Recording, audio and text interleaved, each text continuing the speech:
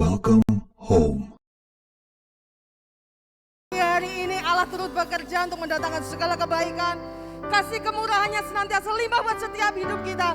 Terima kasih Tuhan untuk pagi hari ini. Kami bersyukur buat nafas kehidupan yang boleh kami rasakan sampai pagi hari ini. Matahari pagi yang boleh menyinari tubuh kami, Tuhan, kami percaya Itu semua karena anugerah-Mu, itu semua karena perkenanan-Mu saja. Kami mau bersama-sama pagi hari ini berdiri di hadapan tahta-Mu Tuhan. Membawa hati kami, membawa korban syukur pujian kami untuk Engkau. Bertahtalah atas setiap pujian dan penyembahan kami Tuhan. Berkati ibadah ini dari awal sampai akhirnya.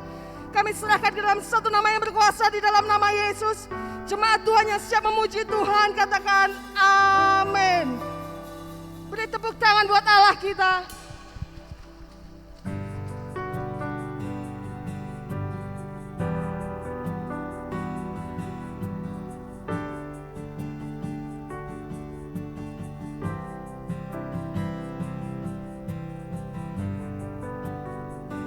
Kami menghampiri Engkau pagi hari ini Tuhan.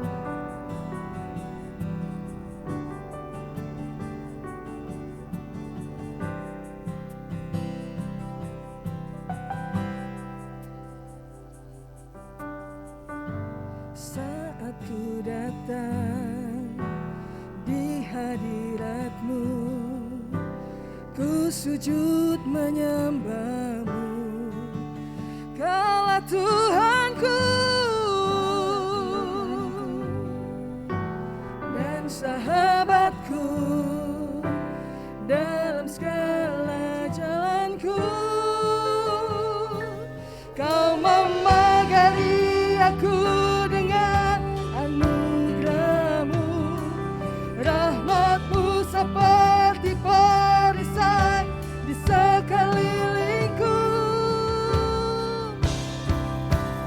Hanya Engkaulah penjaga jiwaku, sahabat setia di dalam hidupku. Kebaikan-Mu, kesetiaan-Mu membuat hatiku percaya padamu.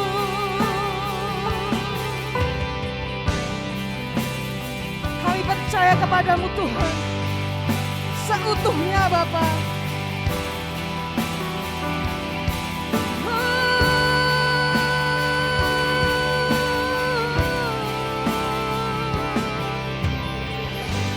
Saat ku datang di hadirat-Mu, ku sujud menyembah-Mu. Kaulah Tuhanku dan sahabatku dalam segala jalanku. Kau memagari aku dengan anugerah-Mu, rahmat-Mu seperti perisai di sekelilingku. Hanya Engkaulah penjaga jiwaku, sahabat setia di dalam hidupku. Kebaikan-Mu Tuhan,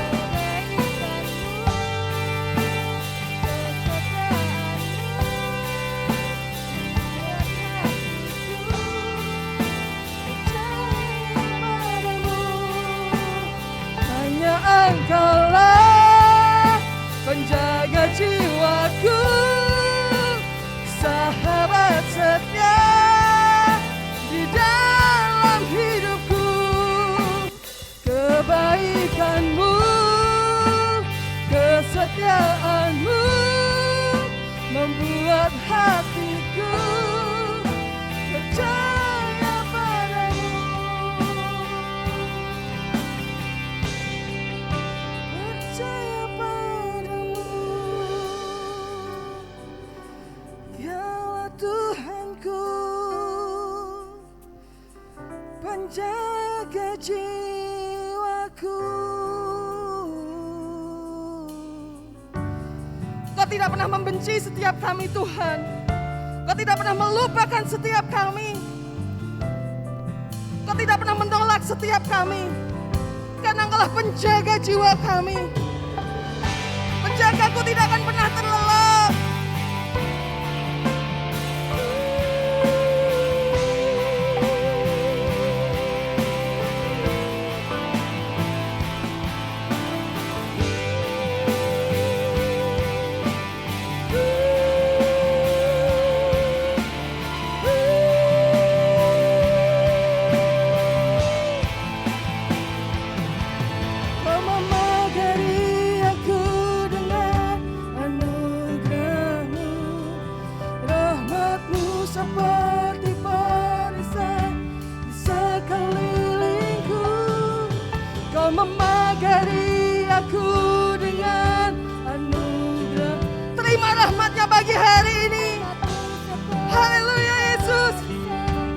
kita bangkit berdiri.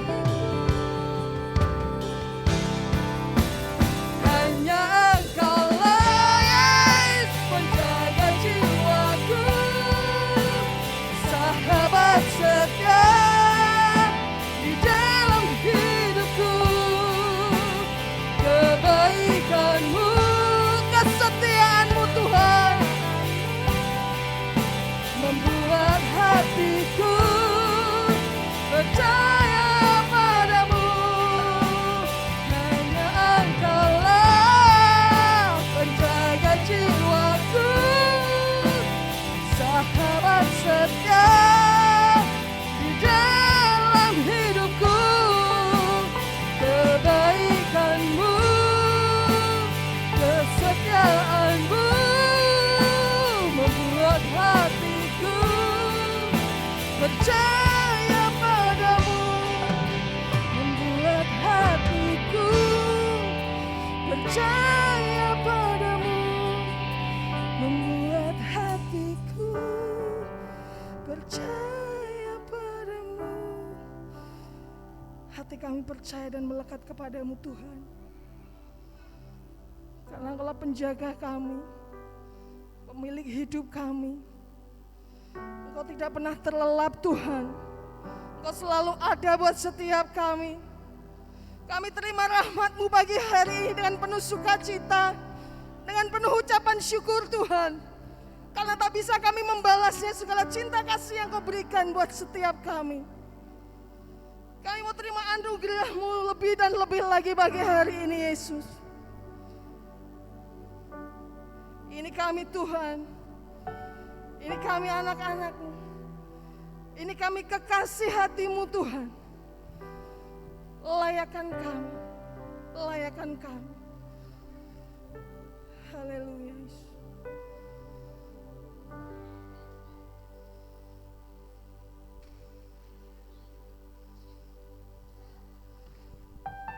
Kita akan tetap berdiri di hadirat Tuhan pagi hari ini. Kiranya menguatkan kaki kami Tuhan.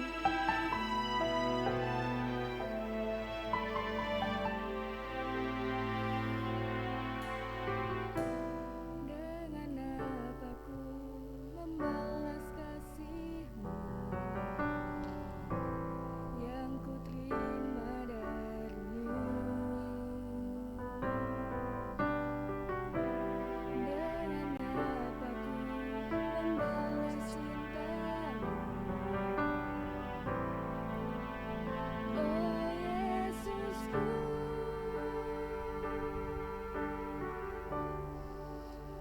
Ku mau selalu bersyukur, selalu bersyukur. Kau Tuhan yang setia, yang selalu menopang.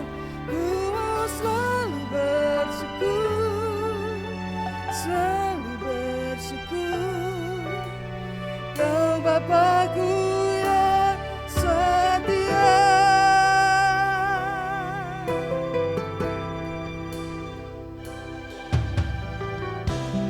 Dengan apa ku membalas kasih yang Kau berikan buat setiap kami Tuhan. Kami bersyukur untuk itu Yesus. Dengan apa ku membalas cinta-Mu, oh Yesusku. Ku mau selalu bersyukur, selalu bersyukur. Kau Tuhan yang setia, yang selalu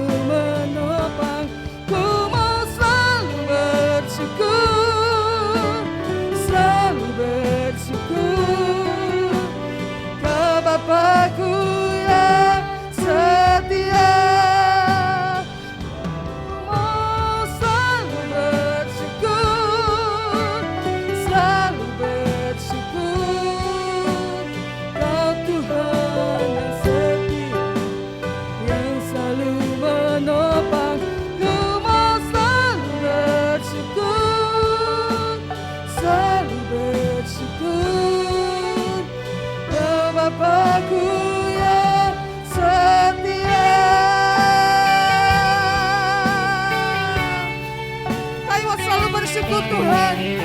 Dalam segala keadaan kami, baik ataupun tidak baik, kami percaya Engkau ada bersama dengan kami Tuhan. Engkau Yesus yang tidak pernah meninggalkan, Engkau yang selalu menguatkan, yang selalu menopang. Jemaat Tuhan pujikan ini. Selalu bersyukur, selalu bersyukur. Kau Tuhan yang setia, yang selalu menopang. Ku mau selalu bersyukur, selalu bersyukur. Kau Bapa-Ku yang setia. Ku mau selalu bersyukur, selalu bersyukur Tuhan. Kau Tuhan yang setia, yang selalu menopang. Ku mau selalu bersyukur, selalu bersyukur Bapa. Kau Bapa-Ku yang setia. Kau Bapa-Ku yang setia. Kami bersyukur kepadamu atas segala yang manis, tetapi Engkau juga mengajari kami untuk mengucap syukur atas hal yang pahit sekalipun.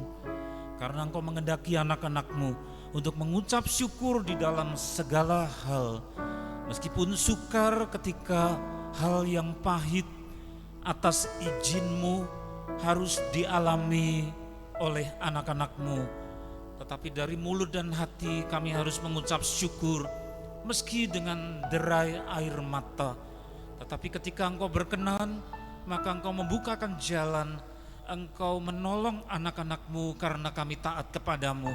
Nyatakan firman-Mu Bapa kepada kami oleh kuasa Roh Kudus. Pakai mulut lidah hamba-Mu untuk menyampaikan dengan benar isi hati-Mu.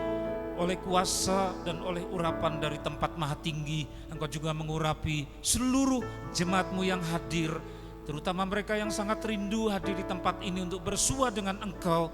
Mereka tidak akan Kau suruh pergi dengan tangan yang kosong, tetapi Engkau akan menjamah mereka, mengaliri mereka, bahkan memenuhi dengan kasih anugerah-Mu. Dalam nama Tuhan Yesus, kami akan sambut kebenaran firman-Mu. Haleluya. Amin. Silakan duduk. Saudara-saudara yang dikasihi oleh Tuhan, Shalom. Tanpa terasa kita sudah sampai kepada hampir akhir dari bulan November, dan sebentar lagi akan masuk dalam bulan suci yang diikuti dan dijiwai bahkan memberkati anak-anak Tuhan di akhir tahun 2021 ini. Apa yang bakal terjadi di tahun depan, saudara, tinggal 1 bulan lebih. Inilah yang sangat menjadi perhatian dari anak-anak Tuhan untuk mencari tahu dan dengar-dengaran akan apa yang Tuhan ingini untuk kita tempuh. Maka saudara, tema yang muncul di minggu pagi ini yang harus hamba Tuhan taat sampaikan kepada saudara-saudara, yaitu tema mengenai secret chamber atau ruang rahasia, saudara. Secret chamber, ruang rahasia. Bukan dari saya hanya juru menyampaikan saja untuk meneruskan kepada saudara-saudara. 1 Korintus pasal yang keempat, ayat pertama dan kedua. Siap saudara? Hati saudara menjadi bejana, siap? Ya, mari kita lihat bersama-sama. Demikianlah hendaknya orang memandang kepada kami sebagai hamba-hamba Kristus, yang kepadanya dipercayakan rahasia Allah, yang akhirnya dituntut dari pelayan-pelayan yang demikian ialah bahwa mereka ternyata dapat dipercayai. Saudara, yang dikasih warna kuning adalah yang diekspos atau ditonjolkan, karena itulah yang jurusannya nanti mengarah kepada secret chamber, yaitu ruangan rahasia. Saudara, ya, demikianlah hendaknya orang memandang kami sebagai hamba-hamba Kristus. Sudah bukan lagi umat kebanyakan, sudah bukan lagi umat yang baru saja dipanggil, baru saja dibaptis, lalu sudah dalam perjalanan untuk mengenal dan belajar untuk taat tahap demi tahap kepada Tuhan Yesus. Yang semula hanya taat karena hukum, semula taat karena peraturan, lalu tumbuh taat karena cinta. Terus kalau memberikan dirinya, ini tenagaku, ini waktuku, kusisihkan, bukan sisa-sisa waktu, tidak. Ini waktuku, ini tenagaku, ini uangku, ini hatiku yang mahal saudara, ini hatiku. Kemudian diserahkan untuk melayani dia. Sudah bukan lagi karena kewajiban, tapi karena cinta. Begitu juga mempersembahkan apa yang dimiliki kepada Tuhan, sudah bukan lagi karena kewajiban, tetapi karena cinta. Sehingga muncul satu relasi yang bertumbuh, sudah bukan lagi relasi umat dengan rajanya, rakyat dengan pemerintahnya, tetapi timbul atau tumbuh relasi, yaitu muncul satu perkenalan yang dari dekat. Sehingga seperti Tuhan Yesus menyebut murid-muridnya itu, mereka bukan lagi sebagai murid-murid saja, tetapi meningkat jadi sahabat saudara. Nah kalau sudah seperti itu, meningkat jenis pergaulannya, kedalaman dari pergaulannya saudara, maka kemudian itulah saatnya masuk ke dalam fase, yaitu dipercayakannya rahasia. Kalau baru kenal apa mungkin saudara cerita rahasia-rahasia, ya saya mau kasih tahu ini, ya. Padahal baru kenal, kan tidak mungkin kecuali orang yang tidak waras saudara, sakit. Tentu sudah sampai kepada mengenal sekian lama, lalu tahu sifat-sifatnya, muncul chemistry, ada gerengnya, lalu jadi sahabat, terus bicara dari hati ke hati, lah baru kemudian curhat-curhat, sharing, berbagi. Lah kemudian disitulah ayat 1, kepadanya dipercayakan, kepadanya siapa? Bukan umat anyaran, bukan saudara, bukan umat yang baru saja, tetapi sudah sampai kepada tingkat tertentu, lalu dipercayakan apa? Rahasia. Saya membaca di teks aslinya ada kata kunci musterion. Ada yang punya cucu, punya anak diberi nama musterion. Saya membaca ada satu buku nama seperti itu adalah rahasia, diterjemahkan rahasia Allah. Nah di sini kita dibawa kepada satu tingkat kedalaman tertentu sesudah saudara dan saya ini mengikut Tuhan Yesus menjadi juru selamat kita. Cepat atau lambat ketika saudara tekun, kita bertekun, lalu hal-hal yang tidak diungkap kepada umat kebanyakan dan tidak diumumkan kepada gereja-gereja secara umum, tapi diberikan kepada saudara face to face. Lebih luas lagi paling tidak kepada orang yang saudara nikahi, sehingga berbaginya dengan orang yang saudara kasihi. Apa itu? Musterion, ya, rahasia Allah. Maka seseorang yang atas kehendak Tuhan, kemudian seorang laki-laki dengan seorang perempuan kemudian mengikat diri dalam satu pernikahan, dikunci di dalam kuncian kudus namanya pemberkatan nikah. Maka kemudian yang dibicarakan setiap hari bukan hal-hal umum saudara, itu suami istri normal, kecuali yang tidak normal.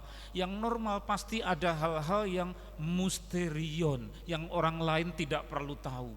Kepada Tuhan juga seperti itu. Ayat yang kedua, yang akhirnya dituntut dari pelayan-pelayan yang demikian. Lihat saudara, sudah muncul predikat bukan rakyat, bukan umat umum, ya, bukan massal, bukan umat yang secara umum, bukan lagi sebagai rakyat, tetapi apa? Pelayan-pelayan. Berarti ini bicara mengenai satu predikat tertentu di mana orang sudah tidak lagi sekedar taat-taat karena hukum, tapi sudah mengasihi dia, bahkan memberi hatinya. Saya mau melayani engkau Tuhan, selama aku masih hidup aku mau melayani engkau. Saudara, dituntut apa? Yaitu mereka ternyata dapat dipercaya. Dapat dipercaya dalam hal apa? dipasrahi apa sehingga tidak kemudian yang dipasrahi itu diumbar sembarangan. Ya itu tadi musterion. Ya. Sekali lagi kepada satu bentuk dari relasi di mana seorang laki-laki dan perempuan mengikatkan diri dalam satu pernikahan, dikunci dalam kuncian kudus, pemberkatan kudus, pernikahan kudus, saudara. Ada hal-hal yang privately, sesuatu yang pribadi. Anaknya jumlahnya berapa, sudah tidak lagi didikte mertua, ya. Terus pengeluaran, pemasukan keuangan, cara mengelolanya bagaimana? Ya dua orang itu, suami istri, tidak dicampuri oleh Pak D-nya, Om-nya, tetapi sifatnya pribadi. Hal-hal yang kemudian sharing total, namanya suami istri, saudara. Itu menggambarkan tentang Tuhan Yesus dan umat tebusannya, yang kemudian ketika hal-hal pribadi itu disimpan, dihargai, bukan sembarang orang boleh dengar. Itulah secret chamber yang menjadi judul dari tema ini. Karena di dalam secret chamber itu ada mysterion. Lalu ketika itu dipelihara sungguh-sungguh sehingga terhormat, yang kalau diumbar seperti ember ndak ada tutupnya, tetangga ya tahu, saudaranya ya tahu, hal-hal yang mereka belum tentu bisa hargai, malah yang ndak berhak di Facebook ditulis-tulis umum malah mengejek, ya itu hanya orang yang tidak bijak. Kemarahannya apa tentang rumah tangga diumbar di media sosial, itu namanya tidak bisa dipercaya untuk menjaga rumah tangganya. Saudara, semua itu menggambarkan tentang hubungan tentang Tuhan Yesus dan kita. Sampai pada tingkat tertentu ada secret chamber, ada mysterion, lalu dijaga hal-hal yang hanya Tuhan dan kita saja yang boleh tahu. Yang kebanyakan gereja tidak boleh tahu, kebanyakan orang Kristen tidak boleh tahu, hanya pribadi lepas pribadi, saudara. Nah ini memang makanan keras, bukan untuk hal yang umum sekali. Terus meningkat, saudara. Jadi ada satu tingkatan pergaulan yang advance, satu tingkatan pergaulan yang lanjut. Pada zaman dulu kalau lulus S1 sudah luar biasa. Tapi sekarang kalau lulus S1 ada sarjana hukum, sarjana pendidikan, sarjana apa, sudah bukan luar biasa. Sehingga kemudian dicari spesialisasi yang lebih lanjut lagi, ada S2, studi tingkat advance, studi lanjut. Saudara, pergaulan dengan Tuhan juga ada yang namanya pergaulan lanjut. Yang mula-mula adalah massal, lalu meningkat menjadi pribadi.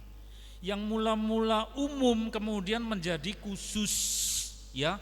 Yang mula-mula itu maklumat, pengumuman pengajaran yang untuk umum, kebanyakan orang Kristen di mana Tuhan memanggil hai umatku, itu masih massal, saudara. Kalian, hai umatku, di mana orang individunya bersembunyi di dalam kebersamaan, tidak mau muncul, tidak mau tampil sebagai face to face, sampai kemudian dirasa perlu dari 12 murid yang tinggal 11 itu, Tuhan memanggil satu orang dengan dipanggil, disapa nama dan orang tuanya. Simon, anak Yohanes, apakah engkau mengasihi aku? Sudah bukan lagi kalian 11 murid, enggak, tapi ditampilkan kamu aja Simon. Simon ada banyak Simon, tapi Simon yang mana? Anak Yohanes, bukan Simon yang lain.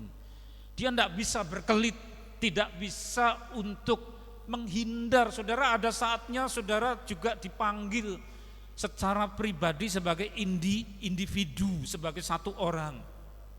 Dan tidak lagi saudara bisa seterusnya puluhan tahun jadi Kristen sembunyi di dalam kebersamaan massal. Maka ada tingkat yang namanya tingkat pergaulan, di mana Tuhan mau membagi, mau memberikan sharing bisik-bisik, ya, yang itu dari massal jadi pribadi, umum jadi khusus, lalu dari yang maklumat, pengajaran, pengembalaan umum jadi bisikan intim, seperti suami berbisik kepada istrinya, istri kepada suami yang orang lain tidak boleh tahu. Itu menggambarkan pergaulan tingkat advance dengan Tuhan, saudara. Bisa lewat mimpi, saudara diajak bicara, bisa tahu-tahu jam 2 malam, saudara terbangun tanpa mengerti. Kenapa? Ya, saya bukan kebanyakan tidur lalu bangun awal, lalu saudara heran, lah kenapa ini bangun? Ada banyak orang Kristen kemudian ya ambil ini, ambil gelas, malah buka TV jam 2 malam, enggak ngerti bahwa Tuhan mau bicara. Tapi orang Kristennya enggak sadar, kenapa mau bicara jam 2 malam, privately, mysterion, secret chamber. Sampai Tuhan Yesus itu berkata, kalau engkau berdoa masuklah ke dalam apa? Bilik, ke dalam kamar. Terus apa? Kuncilah pintu. Itu bicara tentang apa? Masuk ke dalam secret chamber, privately. Tuhan mau berbagi apa? Mysterion. Maka masuklah bilik, kuncilah pintu. Tapi orang percaya, orang Kristen yang dalam tingkat tertentu seringkali saya hanya mau rame-rame aduk-rubyuk, ya kesana ayu, ada temannya. Begitu tidak ada temannya, ya tidak berbakti. Tidak ada barengannya, ya tidak kebaktian. Karena mentalnya masih mental kebersamaan, mental massal, mental bonceng. Saudara tidak bisa seterusnya seperti itu, maka Tuhan akan minta sampai satu saat ada bisikan intim. Siap saudara? Ya, itu tingkat advance. 1 Korintus pasal 14 ayat yang kedua. Siapa yang berkata-kata dengan bahasa roh tidak berkata-kata kepada manusia. Saudara, ada salah satu mekanisme, ada semacam perangkat alat yang Tuhan berikan, dan itu penggunaannya adalah face to face, mysterion, rahasia, di dalam ruang rahasia. Namanya adalah glossolalia. Beda sama senolalia. Ada banyak pengajaran yang terbalik. Maaf, bukan mau mencela sembarangan. Peringatan Pentakosta lalu baca surat Kisah Para Rasul pasal kedua, Petrus berkhotbah, tapi kemudian didengar oleh orang Syria, beliau kok bisa bahasa Syria, yang sebelahnya enggak, saya orang Persia, dengar Bapak itu khotbah bahasa saya dari Persia, yang sana orang Yahudi, enggak itu bahasa Ibrani, yang sana enggak itu bahasa Yunani. Kok bisa padahal satu khotbah tapi masuk ke dalam telinga orang-orang berbeda, dan menurut mereka Petrus berkhotbah dengan bahasa mereka. Itu bukan glossolalia tapi senolalia. Jadi satu bahasa tetapi Roh Kudus yang kemudian menerjemahkan ke dalam berbagai macam bahasa.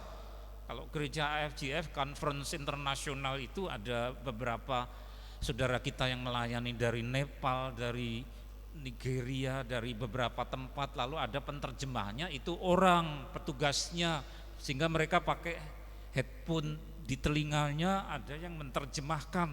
Roh Kudus berkata-kata senolalia itu Pentakosta, saudara, Kisah Para Rasul pasal kedua. Lah kalau 1 Korintus 14 ayat yang kedua, kebalikannya, bukan senolalia tapi glossolalia, di mana siapa berkata-kata dengan bahasa roh, di mana yang bersuara ini juga tidak mengerti loh saudara apa yang dia ucapkan, karena keluar begitu saja dari rohnya lewat mulut, tidak mampir ke dalam intelektualitas, sehingga intelektualitasnya, otaknya tidak mengerti ini saya baru ngomong apa, tapi perasaannya tahu ya, saya merasakan apa. Misalnya cinta, kagum itu bisa, tapi tidak bisa memperinci dengan kamus. Kamus itu letaknya di sini, jadi dilewati terus keluar, maka kemudian itu namanya glossolalia, bukan senolalia.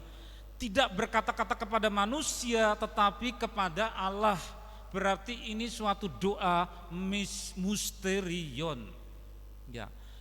Sebab tidak ada seorang pun yang mengerti bahasanya. Jadi omong kosong kalau ada dibuka sekolah nanti akhir zaman, saudara jangan tersesat. Sekolah atau kursus glossolalia, dibohongi pasti. Saudara bayar berapa juta dijamin pasti bisa dalam 2 bulan. Bohong. Itu bukan dikursuskan. Nanti saudara banyak orang Kristen yang akan disesatkan, lalu gurunya, dosennya pakai aksesoris yang membuat orang kesihir. Karena apa saudara? terkagum-kagum sehingga kemudian percaya cepat atau lambat akan muncul begitu Alkitab palsu, kursus palsu. Ini hal yang ruang lingkupnya itu adalah ruang rahasia. Dengan bahasa rahasia tidak seorang pun yang mengerti bahasanya. Oleh roh, R-nya besar, oleh roh, maka rohnya kecil, R kecil, rohnya orang itu. Ia mengucapkan hal-hal apa? Musterion, hal-hal rahasia. Nah itulah sebabnya mengapa glosolalia tidak diucapkan dalam siaran TV. Kecuali Pak Pendetanya ngawur, tapi kalau tahu akan etika ini, kode etiknya, tidak mungkin siaran TV, ya dia diwawancari seseorang lalu berdoa untuk semua penonton menggunakan glosolalia, tidak tepat karena itu ruang lingkup yang rahasia. Kalaupun ada orang lain ya sesama orang percaya saudara, dan itu pun tidak sembarang. Terus berikutnya ya, saat bagian yang pribadi, sesuatu yang sifatnya privately saudara, kita serahkan kepada musuh. Artinya apa? Tidak bisa dipercaya. Tadi saya sudah memberi contoh suami istri ada hal yang pribadi. Begitu juga kepada Tuhan, jangan kemudian disiarkan. Maka kalau itu diterjang maka muncul masalah. Ada penglihatan tentang seseorang, saya melihat dia seperti ini, namanya ini, terus kita umumkan. Padahal dicek benar atau tidak, saya ini dapat penglihatan atau cuma ketok-ketokan saudara, cuma lihat karena pikirannya sendiri. Itu kan sukar, bukan hal yang mudah untuk diuji. Tuhan, ini dari engkau atau pikiranku sendiri? Sebab kalau tergesa-gesa saudara, cuma imajinasinya sendiri, terlalu banyak baca komik, film horor, sehingga melihat orang ini mengalami ini. Loh, ini dari Tuhan atau cuma berhalusinasi? Itu kan tidak mudah. Ada yang memang iya, tapi juga ada yang bukan, tapi mirip yang asli. Nah, belum dicek, tapi kemudian apa? Penglihatan tentang seseorang. Saya melihat orang ini di sana. Lalu belum apa-apa, belum dicek, kemudian tidak dengan bijak diumumkan hingga jadi heboh. Mungkin keluarganya tidak terima, mungkin penglihatan tentang seseorang itu melakukan sesuatu dosa atau apa saudara, yang sebenarnya harus dengan bijak hati-hati, tapi kalau orangnya tidak dengan hikmat bisa kacau. Ada lagi, roh memuji keelokan, kecantikan, karakter saudara. Karena saudara taat, karena saudara berkorban buat Tuhan, karena cinta, lalu Tuhan mau engkau masuk dalam ruang yang dikunci itu, secret chamber, suasananya tidak selalu berbentuk ruangan, bisa juga saudara naik ke bukit, naik andong dan sebagainya, di atas awan dan seterusnya. Tuhan bicaralah kepadaku, lalu Tuhan bicara ketika saudara dipuji, bukan langsung dalam bentuk yang audio lewat keluar dari loudspeaker, tetapi bisa jadi berupa sesuatu yang saudara lihat, ada kupu cantik atau burung cantik yang warnanya indah, tapi di sekelilingnya ada kotoran manusia di sekeliling burung atau kupu itu. Terus engkau bertanya, itu apa kupu itu? Lalu Tuhan menjawab, itulah engkau dan orang yang kau kasihi. Saudara, hal seperti itu Tuhan mau bicara pribadi, tapi kalau diumumkan itu saya dan seterusnya, maka kemudian kita menjadi orang yang tak secara langsung dinilai sombong, ya dan seterusnya. Kacau bukan? Kacau, karena bukan untuk konsumsi umum. Ada rahasia kelemahan dari hidup rohani kita, Tuhan mau koreksi, tapi kemudian tidak punya harga diri sehingga pengumuman di mana-mana, saudara-saudara ini loh saya orang jelek, padahal tidak perlu begitu saudara. Tuhan sedang mendidik kita supaya jangan kita dipermalukan. Dengan sabar dia sembunyikan, dia mandikan kita, dilatih di ruang tertutup, tapi kita tidak bijak, namanya woro-woro atau pengumuman, ini loh dosa saya tahun sekian. Bahkan ada orang yang kemudian diberi label mengenai kelemahannya masa lalu yang sebenarnya sudah dikubur, itu dijadikan kesaksian. Ya, kalau orang Kristen kemudian hanya tahu dan menangkap, kesaksian pasti akan menguatkan iman. Lalu isi hal rohaninya sedikit, cuma 1%, lah yang 99% cerita mengenai kehebatannya waktu jadi dukun. Nyantet ini orang mati. Ya, sampai kemudian yang mendengar itu bukan dikuatkan imannya, pulang itu, wah hebat sungguh ya dukun. Nah, malah jadi kebalik, akibatnya bukan dikuatkan imannya, tetapi malah mendengar tentang kesaksian-kesaksian waktu masih hidup dalam dosa, waktu hidup dalam kejahatan. Saudara yang dikasih oleh Tuhan, padahal Tuhan sendiri ingin mendidik dia tanpa ia dipublikasikan. Tetapi banyak sekali kelompok-kelompok, entah gereja kecil, entah gereja besar, saya tidak menunjuk, tergesa-gesa menampilkan artis ini, dukun ini, yang dulu dukun artis. Nah, habis bersaksi 2-3 tahun bercerai ya. Kemudian bubar. Loh, yang dulu kesaksian kok rusak? Karena menjadi Kristennya belum sungguh-sungguh, ikut Tuhan belum sungguh-sungguh, sudah disuruh bersaksi. Akibatnya saudara dihukum, dijatuhkan oleh iblis. Hal seperti ini seringkali tidak diperhatikan oleh banyak anak-anak Tuhan. Maka Tuhan dalam tingkat tertentu ingin mendidik anak-anaknya itu di dalam secret chamber, ruang rahasia. Karena ada musterion, ada hal-hal yang Tuhan ingin berbagi dengan kita dan sebaliknya, yang kalau dibagi dengan orang lain kita dipermalukan, orang salah paham, mengejek, nama Tuhan tidak dimuliakan dan seterusnya. Maka kita harus bisa memilah mana yang untuk umum, mana yang hanya pribadi Tuhan dengan kita, face to face.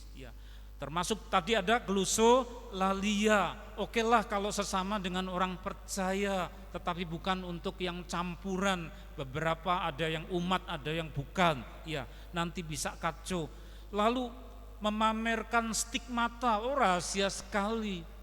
Tutupi baju saudara, tutupi lengan jaket yang rendah hati. Stigmata apa kok ditutupi jaket?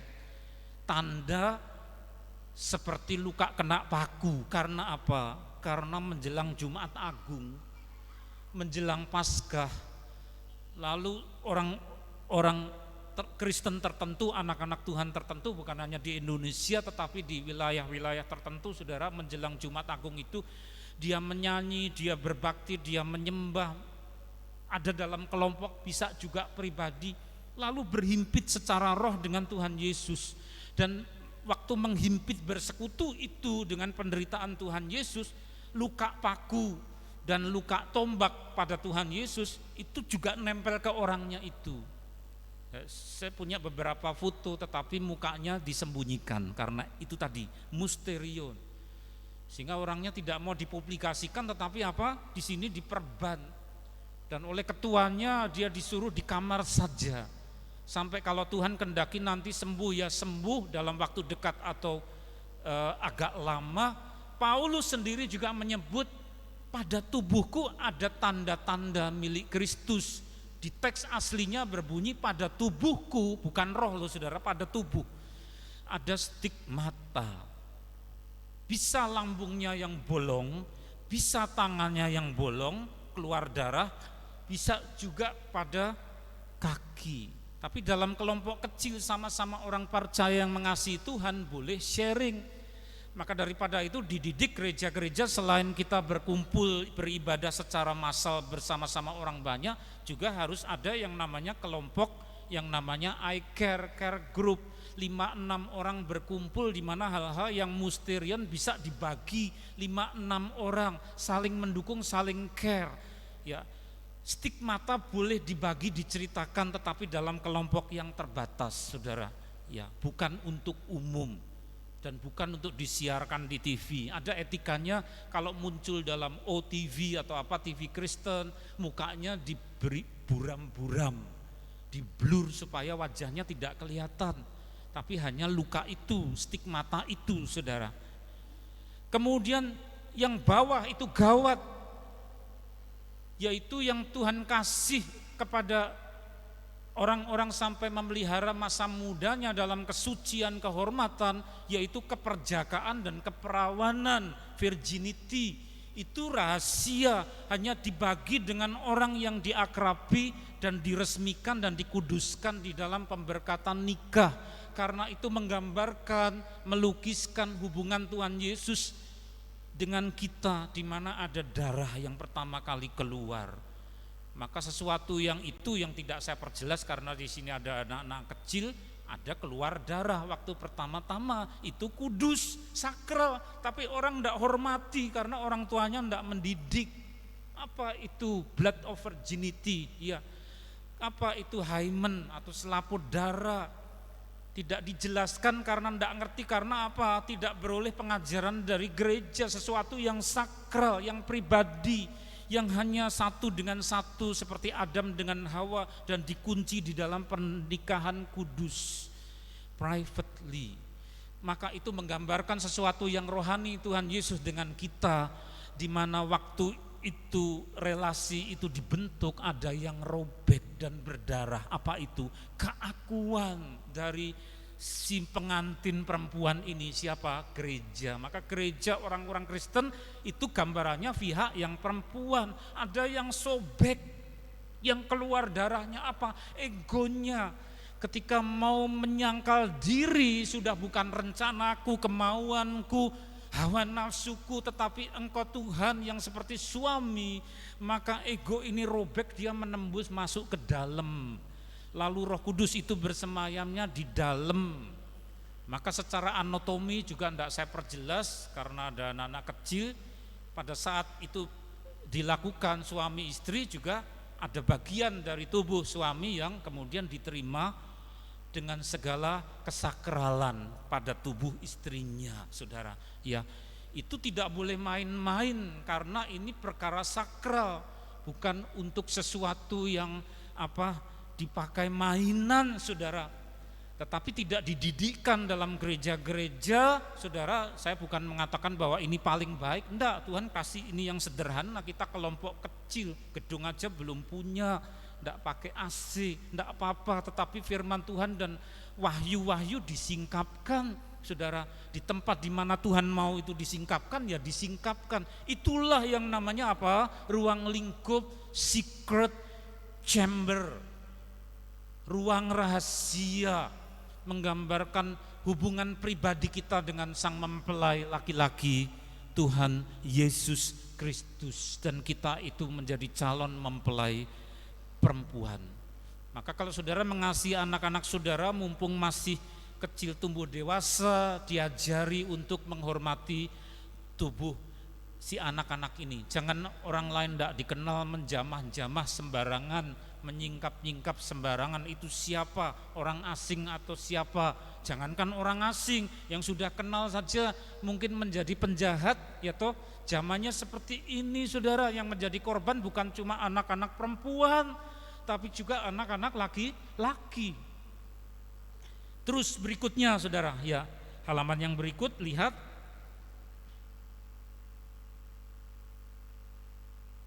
Efesus bab yang ketiga, ayat yang kedua dan ketiga. Kasih karunia Allah yang dipercayakan kepadaku, kepada hamba Tuhan Paulus ini karena kamu, yaitu bagaimana rahasianya dinyatakan kepadaku dengan wahyu. Menunggu sampai Paulus meninggal, ditigas, saudara, dipenggal tengkuknya sampai kepala itu terpisah. Ia jadi martir karena Injil. Sesudah Tuhan kendaki mendirikan gereja di mana-mana, di Efesus, di Filipi, di Korintus, di Galatia, ya, di tempat-tempat yang lain Asia kecil, saudara. Kemudian ketika sudah meninggal dalam jangka waktu tertentu, Roh Kudus izinkan yang rahasia ini baru boleh diungkap. Lalu ditulislah surat perjanjian baru, di mana ada surat-surat Paulus, dan dia kemudian berbagi. Itu pun Roh Kudus yang menseleksi yang boleh baca dan mengerti. Hanya orang-orang yang mengasihi Tuhan dan yang memberi perhatian, di mana sempat dia ditarik ke atas rohnya sampai ke langit yang ketujuh. Kemudian dia dikasih penglihatan dan kemudian dikembalikan lagi ke dalam tubuhnya. Ya, orang Jawa bilang punya istilah mati suri, diperlihatkan alam roh. Waktu hari-hari masih dekat dia masih sehat, tidak boleh diceritakan. Karena apa? Musterion, secret chamber, ruang rahasia. Tapi ketika dia sudah meninggal sebagai martir, dibagi kepada gereja-gereja dan Roh Kudus itu yang kemudian menseleksi. Sehingga yang baca ini saudara itu hanya orang tertentu dan mengerti. Sebagian menganggap lalu menguap, apa ini dongeng lalu dibuka dilewati, tidak ada kesan apa-apa. Karena Roh Kudus yang menseleksi, tetap rahasia. Tetapi berbagilah saudara yang membaca akan kisah 2 Korintus di mana dia diangkat ke langit yang ke-7. Lalu dia menyebut di sini bagaimana rahasianya dinyatakan kepadaku dengan wahyu. Ya. Di atas kapal yang Tuhan kendaki untuk dihancurkan oleh badai lewat Sisilia, bukan nama orang tapi wilayah dekat Italia namanya Sisilia, kapal hancur dan mau karam, orang berteriak-teriak kami mau mati. Kemudian apa saudara, Tuhan memperlihatkan diri dan berdiri di sebelahnya, jangan takut, tidak ada yang mati ya, tapi engkau akan dikirim ke satu pulau terpencil di mana ada penghuni seorang gubernur ramah sekali orangnya, orang ramah sekali. Disitulah kapal hancur itu aku ya damparkan. Sehingga kemudian Paulus yang mula-mula juga takut saudara, lalu dia melihat bahwa ternyata Tuhan punya rencana di balik bencana kapal pecah menabrak busung pasir ya. Lalu gubernur yang ramah ini Publius diinjili dan sekeluarga dia dibaptis. Ya. Lalu baru kemudian apa saudara, surat ini boleh ditulis di Kisah Para Rasul bab yang terakhir. Tuhan memperlihatkan diri, itu baru ditulis, sesuatu yang mula-mula rahasia tapi dalam waktu dekat sesudah peristiwa itu rahasia.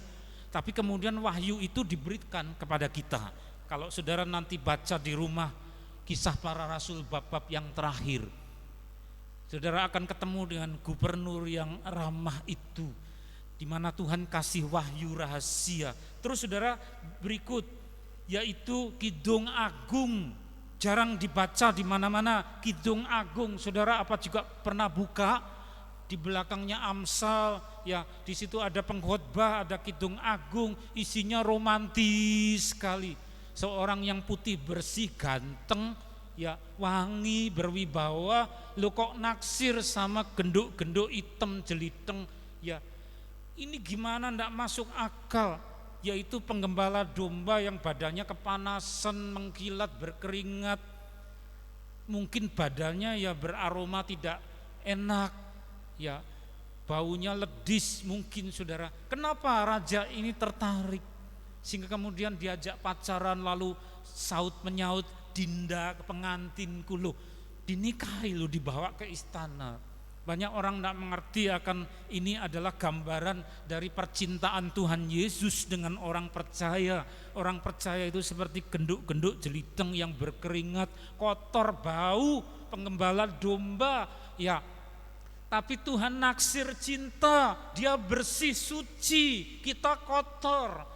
Terus mau dibawa ke istananya, dia bersihkan, dirawat biar cantik untuk jadi mempelai perempuan atau the bride saudara. Itu Kidung Agung garis besarnya seperti itu, sehingga mesra banget. Kalau saudara baca dari pasal pertama sampai terakhir, sangat romantis. Nah di situ saudara, Dinda pengantinku, kebun tertutup engkau. Kebun tertutup, bukan kebun umum yang bisa pakai karcis 3.000 masuk, parkirnya 2.000, itu kan di Bantul saudara, ya karcis 3.000, titipan 2.000. Ini kebun tertutup, kebun pribadi. Siapa kebun tertutup? Bukan apa, tetapi siapa kebun tertutup? Engkau Dinda pengantinku. Kebun tertutup, diulangi lagi sampai 3 kali, tertutup, tertutup. Terus yang kata ketiga apa? Termeterai, gampangannya digembok ceklek. Orang ogrek-ogrek kok enggak boleh masuk sih? Iya, kebun pribadi. Di situ bicara tentang secret chamber. Saudara, hubungan Tuhan Yesus dengan saudara-saudara sekalian akan sampai, dan syukur kalau ada beberapa di antara saudara yang sudah masuk secret chamber. Tuhan bicara ada kalanya dengan engkau pribadi, secara pribadi, pribadi lepas pribadi, saudara, face to face, ya, bukan secara umum. Maka kita disebut kebun tertutup, mata air termeterai. Kidung Agung pasal 7 ayat 12, pasal 7 ayat 12, masih Kidung Agung. Mari kita pergi pagi-pagi ke kebun anggur. Saya jadi ingat waktu pergi ke kebun yang jauh itu, berangkatnya 2:30 pagi, sehingga sampai sana jam 5:15, mau lihat kabut di atas bukit. Mari kita pergi pagi-pagi ke kebun anggur, melihat apakah pohon anggur sudah berkuncup. Ini kalau orang tidak paham tentang relasi mesra dengan Tuhan, kurang kerjaan, masih banyak hal yang harus ku kerjakan. Apa itu kebun, apa itu pohon, ya. Sehingga dalam hidupnya nyata, ya, lihat saja kamarnya kayak apa, rumahnya kayak apa. Maka lihat rumah saudara, kalau cuma beton, kaca, tidak ada tanamannya sama sekali, jiwa saudara kering. Tuhan itu menciptakan kita bukan hanya hal-hal yang materi yang bisa dilihat dengan mata, tetapi juga mencerminkan kerinduan dan hidup di sebagian dalam. Karena ini ekosistem, bahwa hidup ini bukan sekedar tembok, aspal, ya, kaca, tetapi juga ada tumbuhan, ada anggur. Maka hal yang rohani itu juga ada hewan. Seberapa kenal saudara dengan hewan-hewan? Seberapa banyak saudara bergaul dengan mereka? Selain dengan rumput-rumput, saudara, dengan gunung dan bukit, kabut. Itu semua Tuhan pakai untuk bicara dengan kita. Maka lihatlah Kidung Agung pasal 7 ayat 12.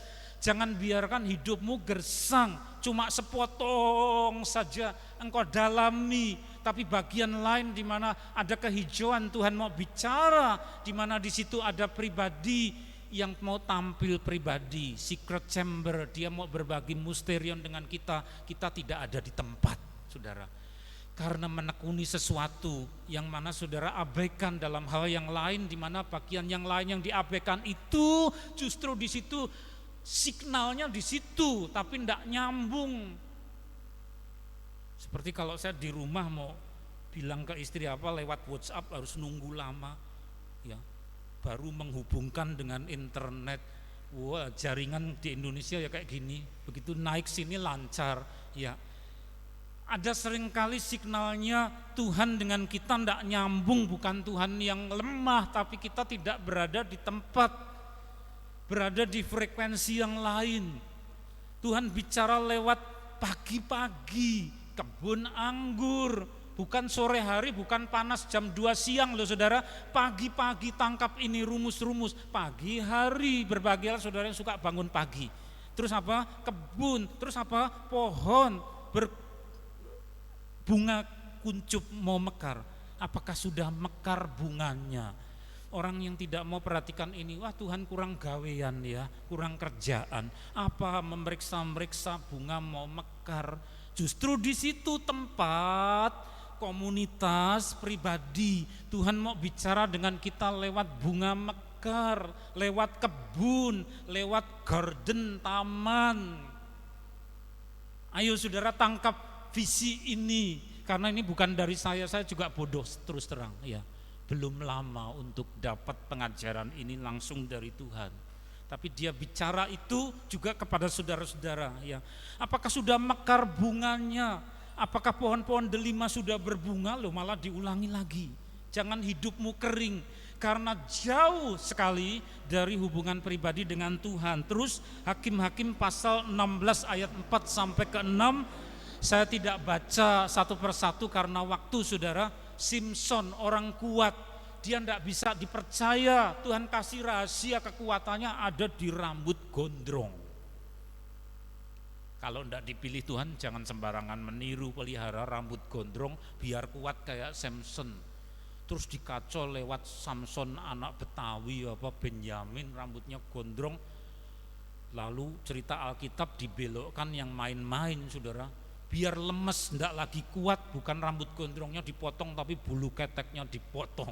Ya, sehingga itu cerita yang pakai dolanan. Wah, ya, tapi aslinya bukan seperti itu, saudara. Masa sih? Ya, kita tidak membalas tentang bawahnya lengan. Ini dikasih rahasia kekuatan supaya dia bisa membela secara militer umat Tuhan, penggembalaan lewat cara militer. Tapi dia itu ceroboh, gegabah. Karena apa? Setan tahu pintunya apa untuk membuat dia tidak bisa percaya. Pintu asmara. Pintu itu sepanjang zaman iblis pakai. Iblis pakai pintu asmara. Akses, iblis tahu. Oh, lewat itu celah. Aku bisa masuk. Maka rahasianya apa dia kuat imannya, rahasianya apa dia sukses mempertahankan kekudusan, aku bisa masuk ke sana lewat pintu asmara. Nah, dia jatuh cinta kepada Delilah, seorang gadis PLO Palestina. Ya, Tuhan melarang kawin campur tapi dia nekat karena mementingkan hawa nafsu, mementingkan asmara. Sehingga kemudian dibujuk-bujuk oleh yang dia anggap seksi, cantik, ayu ini, dibujuk-bujuk, lepek-lepek dia, saudara, enggak tahan. Mana Thomas? Oh, enggak boleh. Besok lagi terus merengek-rengek. Di mana ya rahasia kekuatanmu? Tadinya dibohongi. Oh, kalau talinya didobel-dobel, ya pasti aku enggak kuat. Ternyata jebol ketika tentara datang. Sampai akhirnya tidak tahan lagi karena godaan perempuan ini, ditunjukkanlah rambut gondrongnya itu. Nah, dicukur kok ya tidak terasa, itu begitu bodohnya ya, saudara. Kalau orang waspada tidak seperti itu, mungkin ngorok senggrok dipotong itu sampai hampir gundul, mungkin dibuat potong bros. Bangun sudah loyo ditangkap. Maka Tuhan kecewa. Ya. Ini yang pribadi aku beri kesaktian, memberikan satu karisma, tetapi engkau bagi dengan orang yang tidak seiman dengan engkau. Itu sama dengan seorang perawan anak Tuhan tetapi menyerahkan kehormatannya kepada jejaka atau kepada laki-laki yang bukan orang percaya. Sama intinya, ya Simpson ini, saudara, cuma dia adalah laki-laki, rambutnya diserahkan, dipotong. Dan Tuhan kecewa, lalu Tuhan pergi. Apakah hukuman buat Simpson? Matanya dicungkil, buta permanen. Tuhan tidak sembuhkan. Dan dijadikan budak untuk menggiling. Grek, sana, dekat sini. Jauh ke sana, dekat sini. Apa itu? Berputar, namanya lingkaran setan, menggiling. Menggiling itu berputar-putar. Itu gambaran dari orang yang berada dalam lingkaran setan. Ya, mujur ajur. Jadi hidup seperti roda, seperti falsafah dunia itu hidup seperti roda, mujur ajur lalu kojur, ya. Dari kojur lalu padahal Tuhan menghendaki apa? Hidup jangan sirkuler tetapi longitudinal, yaitu memanjang. Simpson dihukum masuk dalam lingkaran setan karena dijual. Ya, rahasia dengan Tuhan itu dijual kepada orang tidak percaya. Terus, apakah kejujuran selalu baik? Jelas tidak selalu tepat kejujuran. Ada saatnya memang harus disembunyikan. Ya, rahasia yang dipercayakan oleh Tuhan dibocorkan, lalu Simpson kemudian diperbudak. Maka janganlah kita juga meniru akan jalan ini, yaitu tidak bisa dipercaya. Ada pengkhianatan yang dilakukan oleh Simpson, yang mana kita tidak boleh mengambil jalan tersebut. Saudara, senjatanya apa dari si iblis untuk merusak secret chamber, yaitu asmara. Kalau sudah asmara, terbuka akses untuk curhat, membangun jembatan asmara, namanya jembatan asmara. Maka kemudian terbuka akses, ada jurusan curhat yang tidak boleh didengar orang lain, saudara ceritakan. Padahal itu rahasia dengan Tuhan. Jangan, saudara. Ya, maka kemudian yang timbul adalah kita diejek, dinilai gila, dianggap berkhayal. nama Tuhan ditertawakan orang, kemudian harga diri martabat kita menjadi compang-camping, dan kemudian pokok-pokok yang dihargai dalam gereja juga dicemoohkan, nama Tuhan tidak dimuliakan, maka kita berkhianat. Nah, lihatlah di sini Hakim-Hakim pasal 16 ayat 20, ayat yang tidak enak sama sekali. Lalu berserulah perempuan itu, orang Filistin menyergap engkau Simson. Ya, kemudian apa? Terjagalah ia dari tidurnya serta berkata, seperti yang sudah-sudah, aku akan bebas dan akan meronta lepas. Tetapi tidaklah diketahuinya bahwa Tuhan telah meninggalkan dia. Marah saya cetak merah di situ. Tuhan meninggalkan dia. Akibat mengkhianati Roh Kudus, sukacita lenyap. Terus terkucil, terus dikejar mimpi buruk, terus apalagi guilt feeling, rasa bersalah, yaitu dakwaan oleh setan. Matius pasal 7 ayat yang ke-6, saudara, Tuhan berpesan, jangan kamu memberikan barang yang kudus kepada anjing, jangan kamu melemparkan mutiaramu kepada babi, supaya jangan diinjak-injaknya dengan kakinya, lalu ia berbalik mengoyak kamu. Jangankan rahasia Alkitab saja, kalau orang belum siap diberi, jangan coba-coba di perempatan atau di tempat ibadah orang lain di mana kita tidak berhak. Orang baru selesai beribadah, kepercayaan lain kita bagi Alkitab. Alkitabnya diinjak-injak, dikencingi, saudara, yang dipukuli, ya, karena dianggap intervensi ke kepercayaan lain. Jangan, ya. 1 Timotius 3 ayat 8 sampai 9, diaken-diaken haruslah orang terhormat, jangan bercabang lidah, jangan penggemar anggur, jangan serakah, melainkan orang yang memelihara apa? Rahasia iman. Amsal 25 ayat 2 dibaca bersama-sama. Amsal 25 ayat 21, 23. Kemuliaan Allah ialah merahasiakan sesuatu. Yang percaya berkata amin. Saudara, Tuhan ingin bergaul dengan kita, mungkin di kamar, mungkin di bukit, mungkin di kebun jam 5 pagi, ya. Mungkin ketika saudara bangun pagi jam 4 atau mungkin jam 2, Tuhan mau bicara, ya. Coba golongkan, ini untuk umum atau hanya untuk saudara. Kalau saudara diberi penglihatan, jangan tergesa-gesa untuk diumumkan penglihatan itu. Siapa tahu itu harus diuji dulu. Yang kedua, itu untuk saudara ataukah untuk orang-orang dalam komunitas seberapa besar? Tanya sama Tuhan, hendaklah bijak. Dengan apakah ku balas cintamu? Ku mau bersyukur, ku mau bersyukur, ku mau selalu bersyukur. Syukur kepadamu. Dengan apa akan ku balas cintamu Tuhan? Engkau cinta kepada kami, Engkau mengasihi kami, Engkau bergaul dengan kami.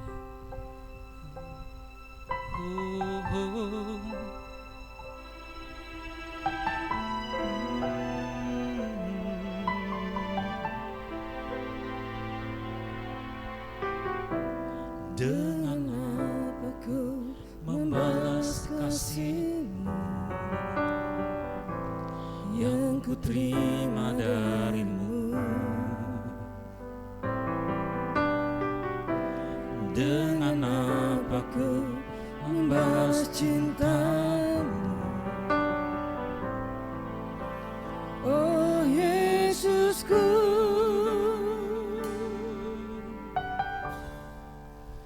ku mau selalu bersyukur, selalu bersyukur, Kau Tuhan yang setia, yang selalu menopang. Ku mau selalu bersyukur, selalu bersyukur, Kau Bapa-Ku yang setia.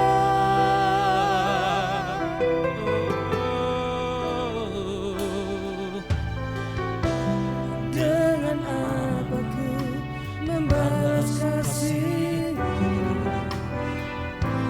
yang ku terima darimu?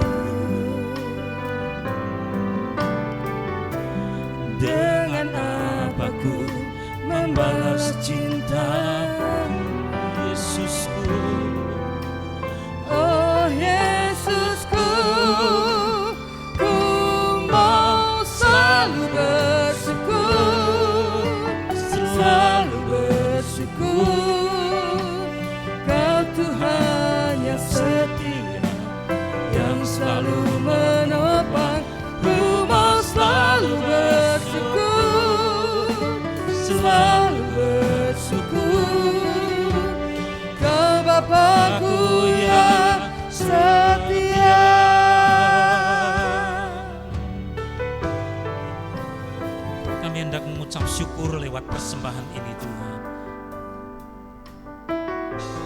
Dengan apa ku membalas kasih-Mu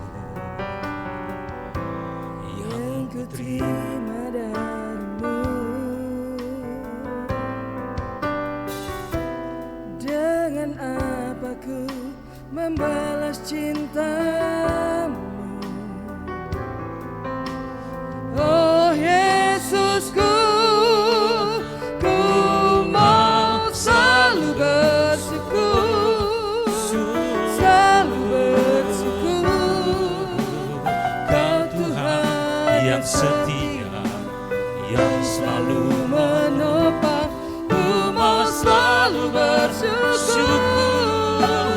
selalu bersyukur. Kau Bapakku yang setia, ku mau selalu bersyukur, selalu bersyukur Tuhan.